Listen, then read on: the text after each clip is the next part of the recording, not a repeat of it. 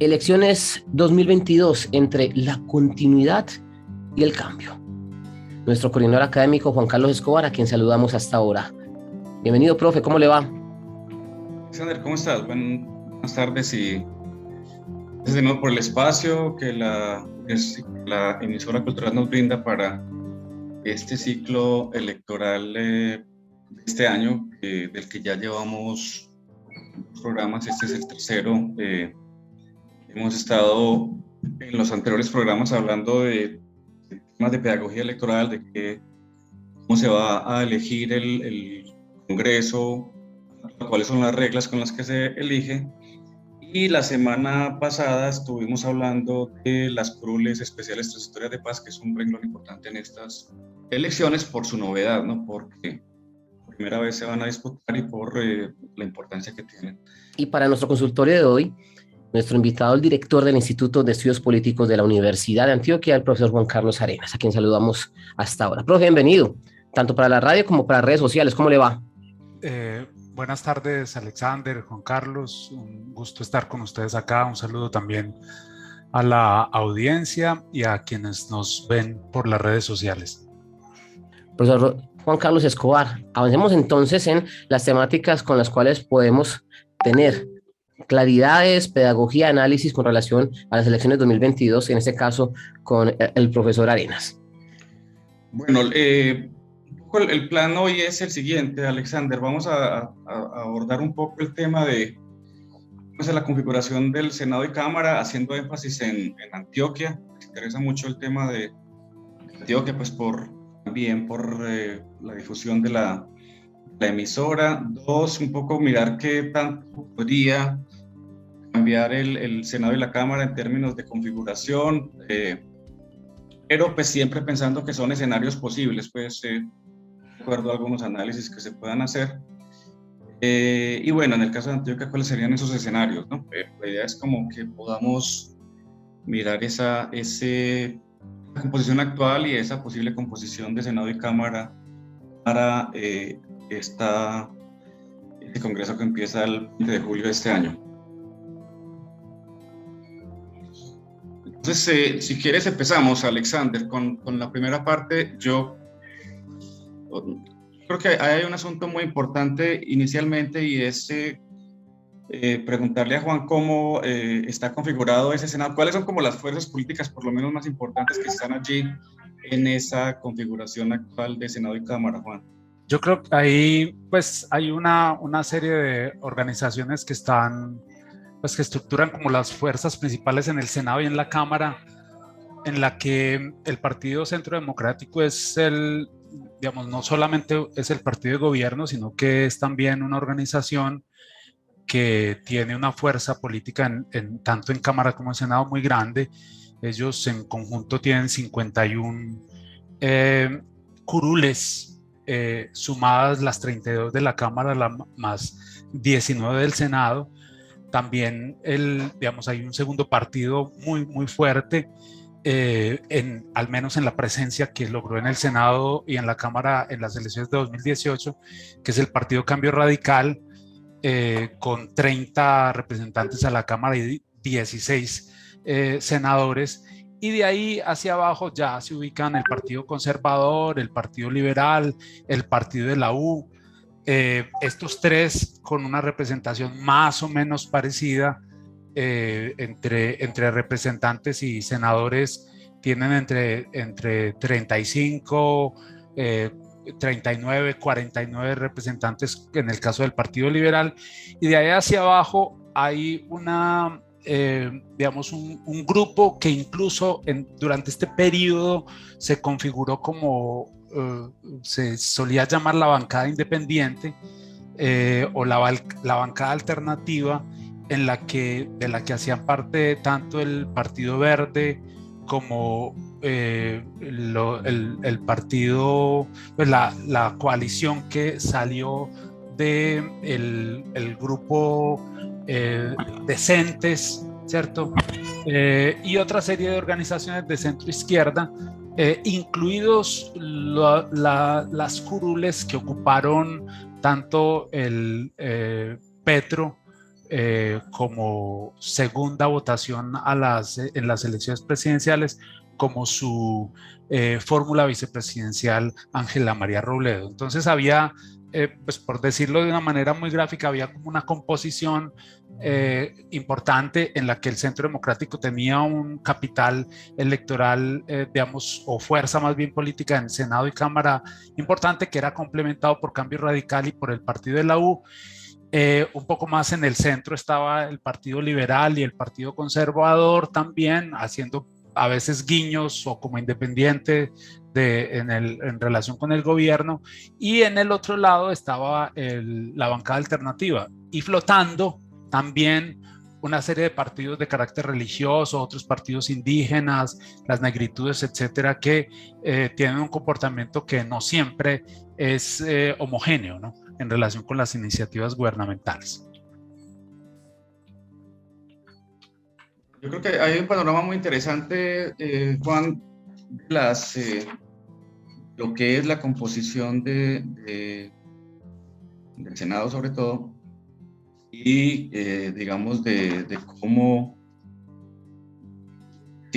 las fuerzas políticas que existen allí, algunas posiblemente muy tradicionales o no tanto. El Centro Democrático realmente no es una fuerza tradicional como tal, es un partido relativamente nuevo del año 2013, que ha jugado pues como muy fuerte en estas últimas elecciones desde el año 2014 para acá.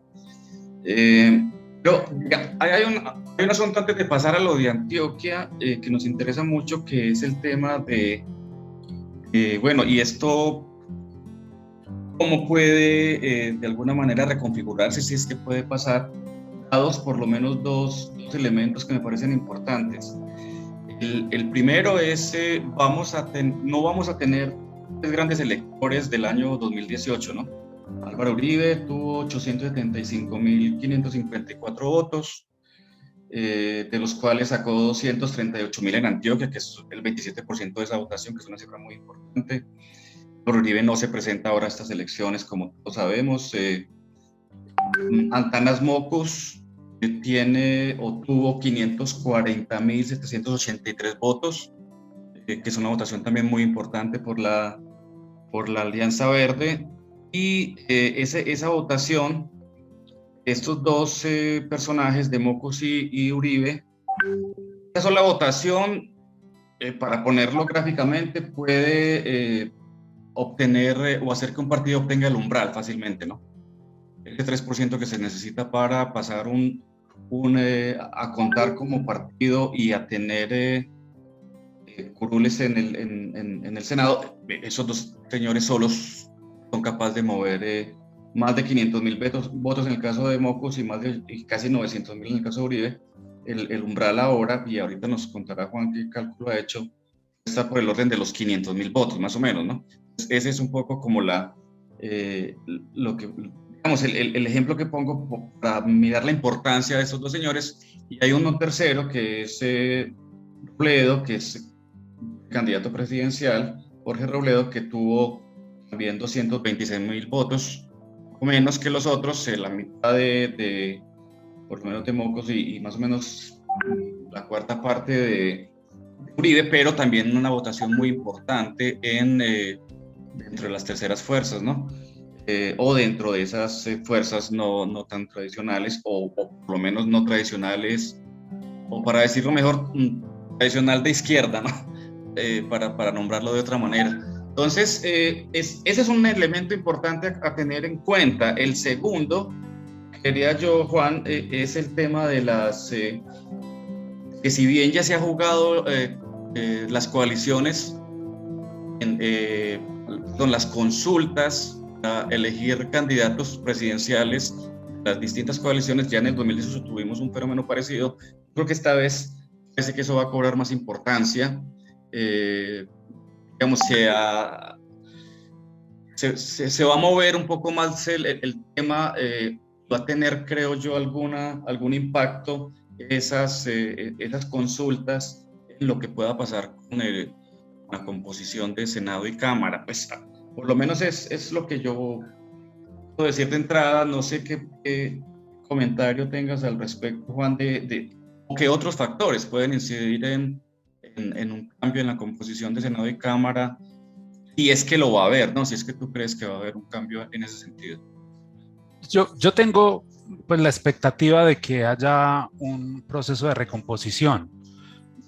Y si uno mira digamos, algunos analistas, algunos opinadores informados, creo que hay una cierta coincidencia en esa expectativa, ¿no? Como del proceso de recambio de algunas de las figuras más importantes en Senado y Cámara, una por el hecho natural que ya estabas indicando. Hay unos electores grandes que no se van a presentar y que escogieron dentro de sus partidos una estrategia para suplir ese déficit que genera su salida de la lista, ¿no? No sabemos exactamente si eso va, digamos, si eso va a producir efectivamente una recomposición muy drástica, pero en todo caso hay un proceso de reacomodo y reordenamiento de las fuerzas políticas que es interesante. Ahora, el otro elemento que estabas mencionando, que nosotros hemos nombrado como presidencialización de las parlamentarias, pues que hay con las consultas interpartidarias hechas el mismo día de las elecciones parlamentarias, eso suele, incluso desde un punto de vista teórico, suele tener un efecto de arrastre. Si las estructuras de partido, si las estructuras de estas coaliciones funcionan adecuadamente y las orientaciones que vienen estructurándose desde las coaliciones deberían tener un efecto en la composición de Senado. Si eso no ocurre, en todo caso, podremos decir que es un fracaso como del modelo que se construyó para este momento. Entonces, yo creo que también ese es un factor que va a jalar en el proceso de recomposición y que va a jalar en el proceso de recomposición midiendo la fuerza política de convocatoria que tenga cada una de esas coaliciones y la capacidad de coordinación que pueda tener las figuras que están compitiendo para ser el candidato oficial de la coalición y el arrastre que eso pueda tener entre sus fuerzas parlamentarias.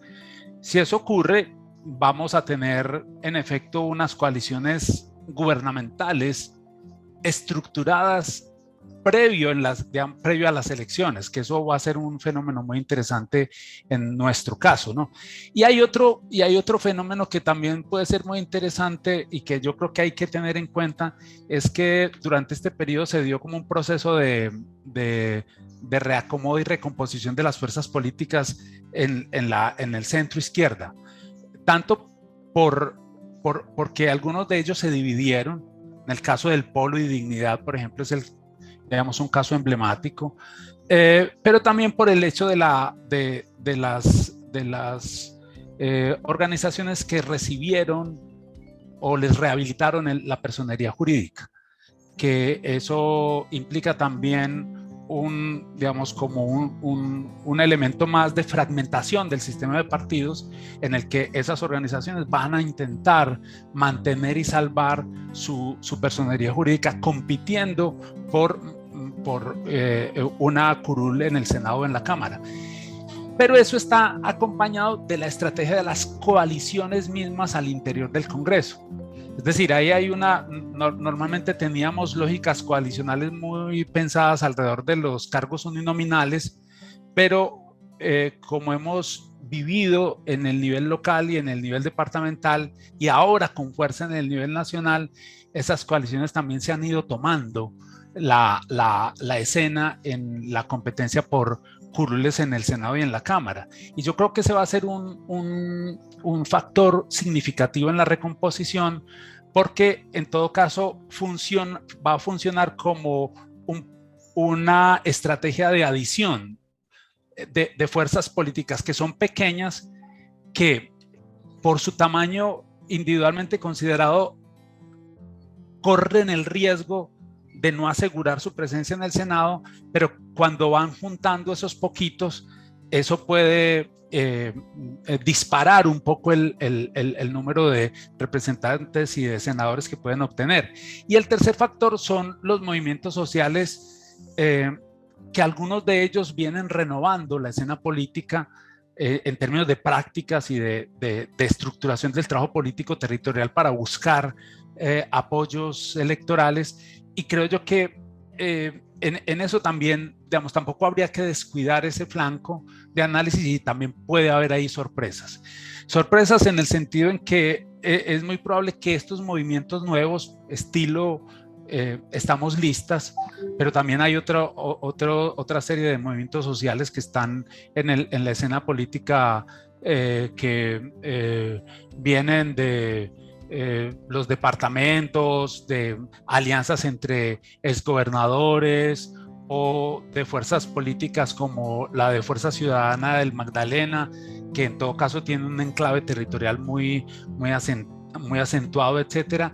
Y todos ellos son fuerzas que en todo caso podrán estimular no solo la competencia, quitándole votos a fuerzas tradicionales o a fuerzas ya existentes, sino eventualmente estimulando un mayor grado de participación. Y si eso se produce, digamos, eso efectivamente produce un efecto en los resultados generales, eso va a aumentar el umbral, va a significar que la competencia va a tener unas condiciones distintas que habría que tener en cuenta. Director, un tema importante a propósito de la introducción que hizo el profe Juan Carlos Escobar, y tiene que ver con la ausencia de grandes electores, porque finalmente ellos van jalonando votación y los que están detrás en la fila del partido pues pueden de alguna manera tener alguna aspiración con X cantidad de votos llegar a Cámara o Senado. Eso de alguna manera me hace pensar en la siguiente pregunta: ¿qué tan fuertes son los partidos hoy en día? Pensando en las coaliciones que usted acaba de citar y cómo pueden jalonar las elecciones, pues vemos cómo se está moviendo cada una de ellas. Pero pensando en Senado y Cámara, hoy cómo se podrían categorizar los partidos en su fortaleza con relación a estas elecciones. Esa es una pregunta un poco difícil, porque yo, o sea, hay una respuesta que se ha vuelto muy común, que dice que es que los partidos ya perdieron toda relevancia en la escena política. Y yo creo que no. O sea, yo creo que ahí hay un proceso, es como de reacomodo, y los partidos van a seguir siendo importantes, no solo porque sean estructuras reconocidas por el Estado, por la autoridad electoral, etcétera, porque reciben dinero a partir de ese reconocimiento, porque son los que finalmente tienen más allanado el trámite para postular candidatos, sino porque también son los que de alguna manera conocen la práctica parlamentaria, y esa práctica parlamentaria tiene sus claves para que eso funcione adecuadamente. Y normalmente una de esas claves es trabajar en acuerdos de partido, en coaliciones también, pero en acuerdos de partido, digamos, como la base de un trámite parlamentario es que vos puedas contar incluso con la votación de tu partido como una especie de capital inicial que pones en ese debate acerca del proceso de aprobación de una norma. Vos no vas con tu voto como parlamentario, sino con tu respaldo como partido. Y eso, yo creo que eso no debería perderse de vista. Incluso aquellos y aquellas organizaciones que llegan en una perspectiva muy individualista, muy outsider en ese sentido.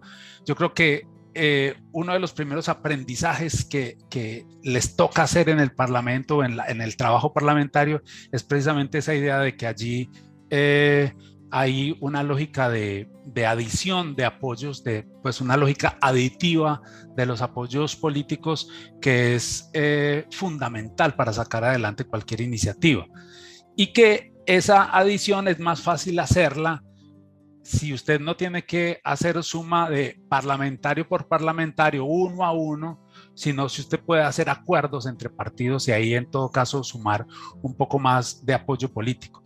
Ahora, Eso no significa que no haya un debilitamiento de esas organizaciones, una pérdida de capacidad, ¿cierto? Pero yo creo que esa pérdida de capacidad es mucho más evidente en el momento electoral que en el momento legislativo. Y en todo caso responde a lógicas distintas. Yo seguiría diciendo que en todo caso los partidos van a sufrir un proceso de recomposición por efecto de los resultados electorales. Hay un reacomodo de sus fuerzas políticas, pero el aprendizaje previo que tienen como estructuras organizativas es fundamental para que esta máquina de la democracia, digamos, en la que el Parlamento tiene un papel fundamental, siga funcionando adecuadamente, incluso para que esa máquina de la democracia que tiene el Parlamento como una de sus fuerzas constitutivas pueda hacer control político de la agenda de quien llegue a la presidencia, cualquiera que sea el signo político del candidato ganador, ¿no? Sí, yo concuerdo con Juan en que finalmente, pese a la muerte que se le viene decretando a los partidos hace rato, pues siguen jugando un papel importante en un escenario como el Congreso de la República, sobre todo, ¿no? Dos asuntos que son importantes de añadir ahí. El primero es el que has mencionado ya, que es el tema de las coaliciones, ¿no? Que juega muy fuerte ahí, pero las coaliciones finalmente están integradas a su interior por partidos políticos, ¿no? Son los que traen votos de uno u otro lugar y ayudan pues a que esa coalición se posicione o no pues en el espectro político, en el Senado y en la Cámara. Y dos, a pesar de esa importancia y centralidad que puedan seguir teniendo allí, pues también este es un sistema político bastante personalista. Ahorita estábamos hablando de los grandes electores, ¿no? Y de cómo eso puede afectar también a los partidos, que es un poco también la pregunta que está allí, y tal vez con lo que podemos seguir, Juan, para adentrarnos en el tema de Antioquia, si te parece, porque bueno, digamos que el panorama nacional está más o menos en lo que hemos dicho de esa disputa que hay allí por una reconfiguración posiblemente de ese escenario de Senado y Cámara, y una reconfiguración pues, sobre todo por los elementos que hemos mencionado muy fuertemente por ese tema de las coaliciones, pero también de otros actores que pueden empezar a jugar allí también. Pero digo lo de Antioquia porque como la pregunta surge también de eso que mencionaba ahora de la votación de Uribe y de los 238.000 votos de Uribe acá, pues eso, de todas maneras, eso siempre significa, aunque no milimétricamente, significa votos en Cámara, ¿no? La pregunta ahí, o el asunto, voy a mencionar muy rápidamente antes de formular la pregunta, Juan, cómo me ayudas si puedes también, o si me equivoco en algún dato, me dirás también. En el Senado, para mirar el tema de los antioqueños en el Senado, de los congresistas antioqueños en el Senado, hay cuatro, había cuatro de 2018 al 2022 del Centro Democrático, ¿no? Eran justamente Álvaro Uribe, Paola Holguín, Santiago Valencia y Nicolás Pérez. ¿Sí? Uh-huh.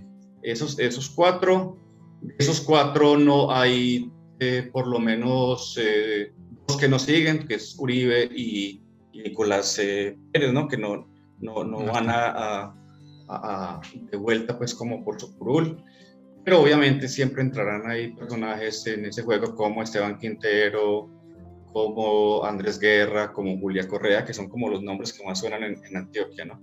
Ese es el Centro Democrático. Después están las fuerzas que tú mencionaste, el liberalismo, Iván Agudelo, que sigue, Julián Bedoya, que es tal vez el de los grandes electores en Antioquia por el Partido Liberal, nos sigue, y Roldán, que era Cámara, pasa pues como a disputar Senado, y es, digamos, una ficha clave ahí también para el partido. Los grandes electores del Partido Liberal ahora se llaman Julián Bedoya y y Roldán. Roldán se llama John Jairo Roldán, ¿cierto?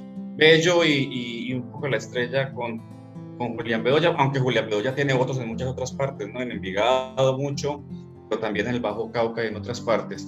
Eso es Partido Liberal, ahí entran a jugar otros personajes también. En el Partido Conservador, tal vez el mayor elector era Germán Blanco, ¿cierto? Y Trujillo, que es un personaje muy importante también en la estructura, digamos, del conservatismo antioqueño, y no solamente antioqueño, ¿no? Pone senadores, pone muchos votos, y hay un personaje allí que sale del juego, que es Juan Diego Gómez, que Juan Diego Gómez va a disputar la gobernación luego. El partido de la U tiene a Lemus, o lo tenía, perdón, si lo tiene y busca repetir. Germán Hoyos no busca, no se va a presentar. Bueno, eso por los partidos como más establecidos o más grandes. Dentro de las tercerías está lo que hasta ahora la alianza tenía a Marulanda y a Juan Luis Castro. Juan Luis creo que ninguno de los dos aspira, me corregirás, o Marulanda sí. Y también entran ahí fuerte León Freddy Muñoz, que estaba en Cámara, va al Senado, pero también por la alianza, y Jorge Gómez, que también se presenta al Senado, y creo que también eso es un poco como el ramillete de cómo está configurado Antioquia en el Senado en este momento, cuáles son los nombres que suenan ahí. Entonces, un poco la pregunta, y Juan, que se me ocurre es, los sectores de la alianza, de Centro Esperanza un poco, etcétera, están, perdónenme la redundancia, esperanzados en que el Centro Democrático pierda fuerza, y pierda fuerza por la no presentación de Uribe, pero también por el desgaste un poco del gobierno actual y por otros factores que hacen pensar el Centro Democrático va a perder algunas de sus curules, y que ellos pueden entrar a disputar ahí, ¿no? Ese es un asunto que está pues un poco ahí en juego, pero ¿cómo ves vos esa composición que está ahora, y cómo son los posibles escenarios que podrían figurarse para entrada posible, se mantengan o que entren otros actores antioqueños al Senado de la República?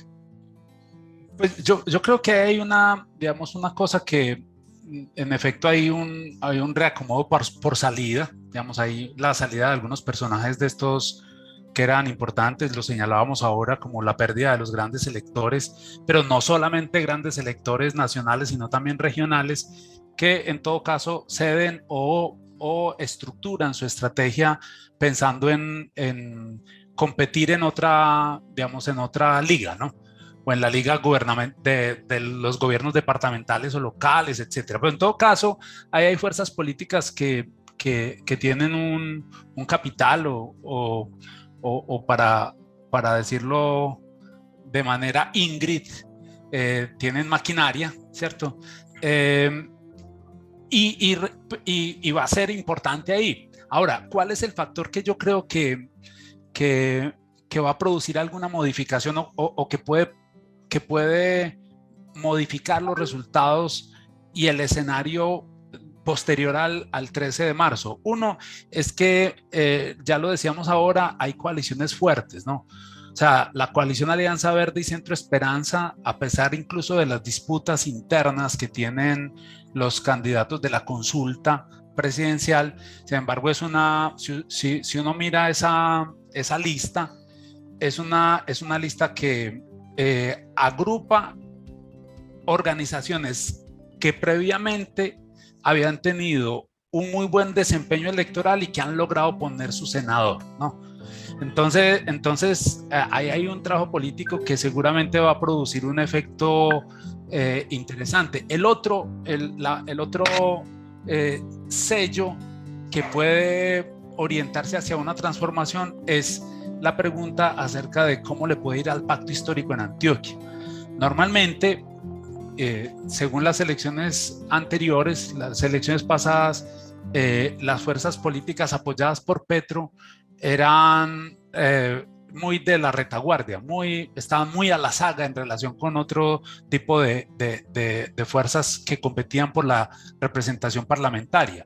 Pero la diferencia radica en que, uno, están hoy articuladas a la campaña presidencial de Petro, y eso puede tener un efecto de arrastre, ¿no? Dos, también se ha producido un proceso de desgaste de las propias fuerzas más tradicionales, incluido el uribismo, que, digamos, alrededor de la movilización social y colectiva de los paros del 19 a esta parte y como de la protesta, es probable que en todo caso perjudiquen las aspiraciones del centro democrático y favorezcan otras alternativas. Uno no podría arriesgar un número exacto, pero en todo caso, en términos de corriente de orientación, sí habría un poco más, digamos, cabe más posibilidades de que esas fuerzas inconformes con el desempeño gubernamental orienten su apoyo hacia la lista del pacto histórico, o en su defecto hacia la lista de Centro Esperanza, ¿no? Incluido el hecho de que en Centro Esperanza, en el caso de Antioquia, la composición es muy heterogénea, es decir, no todos los integrantes de la lista Centro Esperanza que va al Senado están apoyando a los candidatos de la coalición Centro Esperanza, sino que algunos ya se han alineado directamente con la consulta del pacto histórico. Por ejemplo, en el caso de León Freddy Muñoz es evidente que hay, pues es explícito que le está acompañando la aspiración dentro del pacto histórico de Camilo Romero, y por esa vía también como dándole fuerza a esa contienda interna, etcétera. Entonces ahí hay como un elemento más como que tener en cuenta sobre el pacto histórico, ¿no? Y hay un tercer elemento que tiene que ver con con otras coaliciones, sobre todo las que han hecho una que me parece muy significativa, que es la coalición entre el Partido Mira, Justas Libres y Cambio Radical, ¿cierto? En el caso de Cámara y en el caso de Senado, en algunos casos, digamos, a nivel nacional, en el caso de Senado hay una coalición entre Mira, Colombia Justas Libres, que tiene como contrapartida una coalición para Cámara entre Mira, Justas Libres y Cambio Radical. Entonces, si hay si hay un enlazamiento de esas fuerzas, es muy probable que que eso tenga un efecto de recambio en términos de las posibilidades que tienen las fuerzas tradicionales, y que también hay unos retadores capaces de moverle la silla a representantes de los partidos tradicionales. ¿Qué digo yo respecto a esto? Es muy probable que en términos de reacomodo ocurra en otra dirección el reacomodo que se produjo en 2018, que los partidos que tenían representación, el Partido Liberal, el Partido Cambio, el Partido Liberal, el Partido Conservador, el Partido de la U, ellos restaron parte de su capacidad de representación en Antioquia y se la cedieron en 2018 al Centro Democrático e incluso a nivel nacional a Cambio Radical, ¿no? Es probable que ahora, en este escenario, sean precisamente estos partidos que están ocupando la representación los que están sufriendo el riesgo de que se les erosione su propia base electoral y que termine, ya sea por un flujo mayor de nuevos votantes, jóvenes votantes, primivotantes, etcétera, como se los quiera llamar, que en todo caso les estén dañando el cálculo básico que tienen fundado en los resultados de las elecciones pasadas. Entonces yo creo que ahí puede haber unos cambios. Ya quedaría hablar respecto a la Cámara, ¿no? O sea, Cámara Antioquia, ¿qué va a pasar y cómo se va a conectar eso con lo otro, ¿no? Que Alexander dijo, me voy a hacer una pregunta también, y enseguida miramos el panorama de Cámara, cómo está y cómo puede quedar, si te parece, Juan. Yo les hago la pregunta muy rápida, incluso antes de que entre Cámara, porque finalmente esos cupos están ya listos, porque es la circunscripción regional. Profe Juan Carlos Arenas y profe Juan Carlos Escobar, es importante, independiente de el color del partido, la cantidad de senadores que pueda tener Antioquia para las próximas legislaturas? Se los pregunto porque habitualmente son Antioquia, Atlántico, el Valle, el Cauca y Bogotá quienes tienen el mayor peso en el Senado en cantidad de senadores. Pero para asuntos estrictamente regionales, ¿es importante la cantidad de senadores que pueda sumar Antioquia? Yo creo que sí. O sea, eso, digamos, tal como está conformado el Senado de la República, tener una bancada robusta, pues numerosa, e incluso una bancada que pueda tener una mirada regional relativamente protegida de las divisiones partidistas, yo creo que eso es muy importante para el departamento. De hecho, casi que se constituye en un argumento a favor de una reforma que no ha pasado en el Congreso, que es esa reforma de la circunscripción nacional. O sea, ustedes se fijan y hacemos un análisis de un cuerpo colegiado que se elige por circunscripción nacional, pero en el que en todo caso tenemos referentes departamentales, ¿no? Es decir, los senadores se hacen elegir o mantienen su capital electoral fundamental en los departamentos. Entonces, y claro, como los tienen ahí, son los acuerdos políticos con las autoridades departamentales, con el liderazgo y la presencia regional de sus partidos, lo que alcanza a tener mucha significación a la hora de que se tramiten temas y se gestionen recursos para el departamento. Yo creo que eso sí es muy significativo. Yo creo lo mismo. Yo supongo que en otros departamentos, otros analistas políticos estarán grabando programas como este, ¿no? Y estarán calculando también cuántos senadores por el Valle y otros departamentos. Es decir, todavía tenemos, a pesar de la circunscripción nacional, una configuración política muy regional, ¿no? Una estructura política muy subregional y que yo sí creo que amerita, pues, esa reforma que ha estado tan aplazada durante tanto tiempo, de circunscripciones más, incluso más de carácter regional, ¿no? Departamental, regional, y de alguna manera eso también vuelve como a poner en la pregunta acerca de la gente cuando vota por esas circunscripciones nacionales, realmente sí sabe por qué está votando, ¿no? Obviamente que después de 2 años de las votaciones la gente no recordaba como muy claramente si había, por quién había votado en elecciones anteriores, y de ahí también que él hizo una propuesta incluso más cercana, no, ni siquiera departamental, de configuración de circunscripciones territoriales.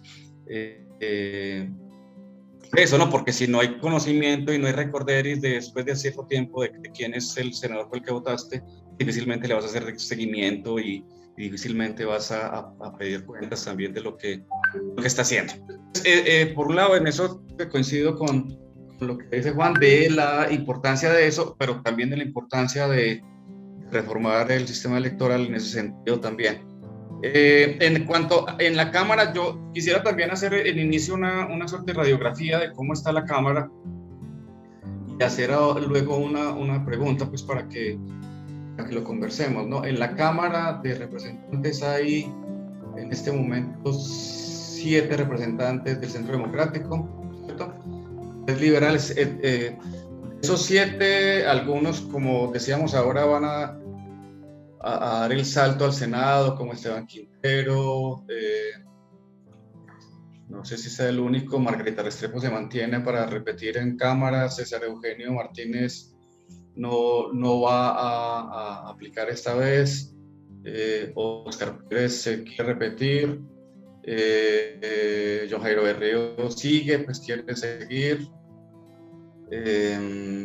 Espinal, Juan Fernando también busca continuar.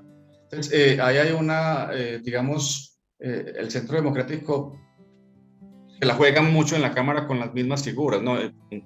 Con un par de excepciones, sí mucho, o con una que he mencionado, pues, que es la de que es la de ese paso de Esteban Quintero, que quiere hacerse elegir en el Senado. Los liberales tienen 3 también, entre ellos Roldán, que también quiere dar el paso al Senado, Peinado, que es cabeza de lista y que entiendo que continúa.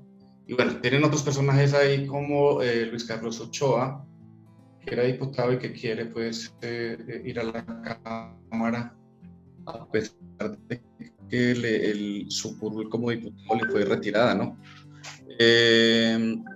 Es conservadores y entre esos 3 conservadores, Nicolás Albeiro, que va al Senado, ¿cierto? Germán Blanco. Bueno, en el caso de Germán Blanco, tampoco sigue en la Cámara, ¿cierto? Tampoco aspira a la Cámara. Y se presentan otras figuras como Daniel Restrepo, Carlos Weimar, etcétera, ¿no? que son pues como algunos de ellos apalancados por la Casa Trujillo o por Juan Diego Gómez, pues en el caso del Partido Conservador. Y luego pues como las fuerzas que tenemos ahí, por llamarlas terceras fuerzas o fuerzas alternativas, como la Alianza ya no tendrá a León Freddy, pero tiene a otros personajes que van a presentarse ahí. Centro Esperanza, que juega con Víctor Correa, y el pacto que entra pues como a disputar curul en Antioquia, y la coalición esa que mencionaba ahora Juan, extraña, pero también importante y que ha sido exitosa en otros escenarios locales y regionales, que es la de Cambio y Justas Libres, a la que se añade el otro partido que mencionabas ahora, Juan. Esas bueno, y comunes que tiene también pues como interés de ganar curul en la Cámara, cosa que es bastante complicada, pero bueno, el tema, un poco con ese panorama general, Juan, un poco la pregunta es, ¿cuáles son los factores que están en juego ahí también en Antioquia para que se pueda dar una reconfiguración de la Cámara o una renovación o para que haya una Cámara distinta, no tan centrada en partidos como los que hemos mencionado, Centro Democrático Liberal, Conservador de la U, etcétera, sino hacia otras fuerzas posiblemente, han tenido una representación muy pequeña casi siempre en la Cámara, ¿no? 1, 2, 3 es máximo por distintos partidos. Y digamos que cuando te pregunto qué factores hay en juego, me refiero, por ejemplo, a qué tanto va a jugar en esto lo que ha pasado con el alcalde, ¿no?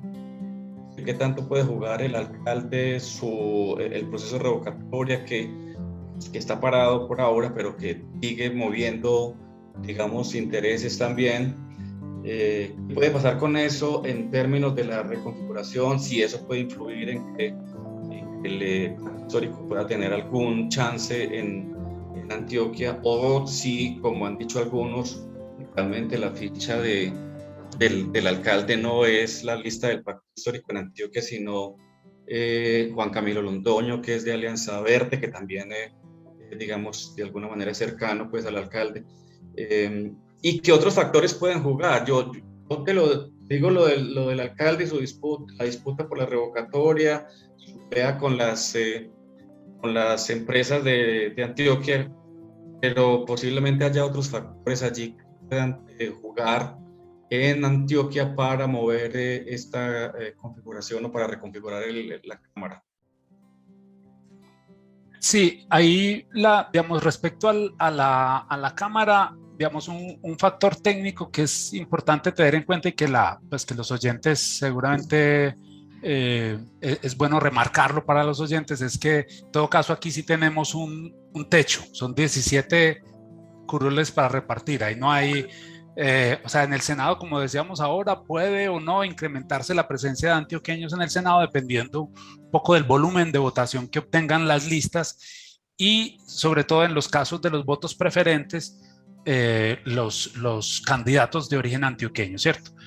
Pero en el caso de la Cámara es un número cerrado, son 17 y ahí no, nos quedamos. Entonces, ¿qué es lo que hay ahí? Que la competencia finalmente termina siendo una, como decimos nosotros por acá, un juego de suma cero.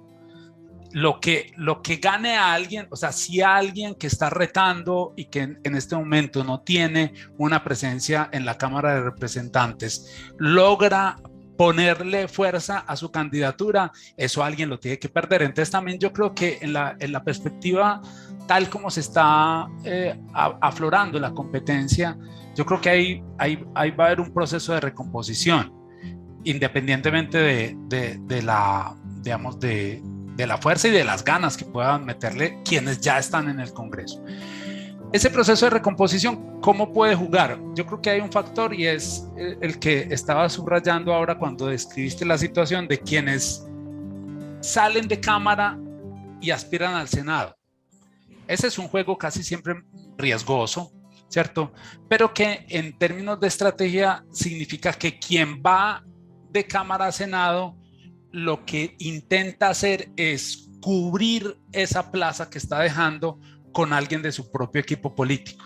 Entonces, normalmente Esteban Quintero del Centro Democrático hace alianzas con otros sectores de ese partido en otros municipios, no solo en Río Negro, donde tiene más o menos asegurado su votación, porque es como digámoslo así, el cacique político de la región, sino que también hace acuerdos con gente en Bello, con gente en otros municipios grandes del área metropolitana, etcétera, etcétera, para que a la vez que están buscando votos para para una persona en Cámara, le vayan sumando al Senado. Yo creo que es una situación muy parecida en las fórmulas que se han construido en el Partido Liberal entre Roldán y Peinado, en la fórmula que hay en el Partido Verde entre León Freddy Muñoz y dos o tres nombres que hay en la lista del Partido Verde para Antioquia, etcétera, ¿no? Entonces yo creo que ese es como un primer elemento que creo que va a jugar. Y el otro, que también lo estabas mencionando, es qué opciones o qué fuerza puede tener el apalancamiento de algunas de estas candidaturas en las administraciones locales y departamentales, ¿cierto? Algunas que son más o menos evidentes, pues se ha dicho, y yo creo que no es que sea carente de realidad, que el alcalde Quintero o el equipo independiente del alcalde Quintero metió parte de sus fichas en la lista del Pacto Histórico de Senado y y también en la lista del Pacto Histórico en la Cámara de Representantes. Entonces, ahí hay el grupo independientes que apalancó la elección del alcalde Quintero a Medellín, está trabajando en esa misma orientación, y yo creo que ahí hay tanto fuerza como presencia, como reconocimiento y capacidad de trabajo que le van a poner esos políticos a esa elección. Y eso puede, en efecto, modificar el resultado que teníamos en 2018, porque realmente se metieron en la corriente que en ese momento, en el 2018, era la más débil, la menos votada. Entonces, la expectativa o la perspectiva es que haya como una especie de enroque entre la candidatura de Petro, la lista de Petro a nivel de Senado y la lista de Petro a nivel de Cámara. Si ese enroque funciona, eso puede tener un efecto de retumbar en un efecto de recomposición en los representantes antioqueños a la Cámara de Representantes. Y el otro elemento que yo creo que también es importante es el que les decía ahora, que a veces no aparece muy en la onda como de la opinión pública, o lo que se mueve más en la opinión pública, pero a mí me parece que es muy importante el lugar que están ocupando y la estrategia que está desarrollando Cambio Radical, Justas Libres y Mira, por el disciplinamiento de los votantes de Mira y Justas Libres, y por el hecho de que Cambio Radical, con Mauricio Parodi y otros políticos reconocidos, sigue teniendo, o sea, si bien no es una fuerza muy grande en Antioquia, de hecho ellos habían mantenido pues un representante a la Cámara por Antioquia y lo perdieron. Digamos, lo perdieron y ahorita pues, lo perdieron por destitución, algo así, y luego Mauricio Parodi ocupó ese lugar, y ahora él está haciendo la fuerza para poder ocupar ese puesto, y ahí seguramente, si funcionan como una iglesia, puede haber sorpresas en la recomposición también de Cámara Antioquia.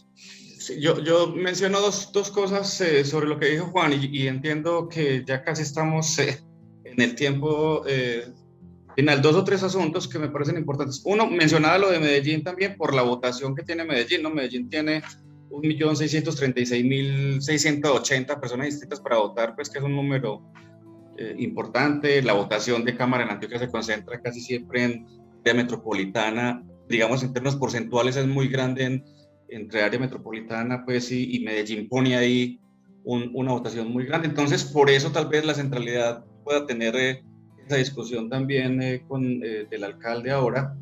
Y lo otro es que yo tengo la idea, pues, yo en eso pues como que quiero un poco de lo que dice Juan, porque yo tengo la idea de que el alcalde también tiene, a la manera de otros políticos nacionales, como sus 3 huevitos, ¿no? Y los 3 huevitos del alcalde son histórico, seguramente con Toro, pero también con otros allí. La Alianza Verde con el personaje que mencioné ahora, Luis Alejandro Saldarriaga, que Luis Alejandro es fórmula de León Freddy también en la Alianza en Antioquia, y también Juan Camilo Londoño. Esos 2 personajes son, Juan Camilo sé que es muy cercano al alcalde, y 3, en el que mencionabas ahora de la coalición Cambio Radical Justas Libres, en esa coalición, además de Mauricio Parodi, hay un personaje que se llama Misael Cadavid, que podría incluso obtener curul por su cercanía también con Quintero y con Luis Pérez, ¿no? Digamos que también ahí puede traer feligreses de otro lado, ¿no? Hay un programa también donde el alcalde seguramente quiere posicionar su nombre en Medellín y seguramente proyectarse a otros escenarios, y tiene abiertas esas posibilidades de apoyo, por lo menos en esos 3 canastas que mencioné ahora. Alexander.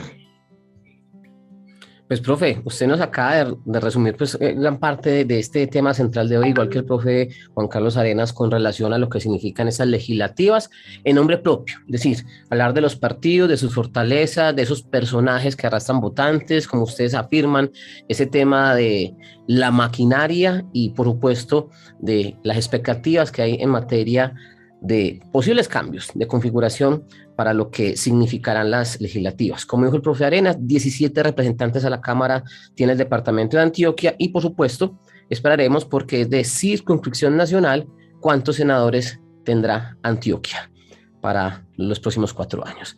Profe Juan Carlos Arenas, director del Instituto de Estudios Políticos de la Universidad de Antioquia, gracias por acompañarnos.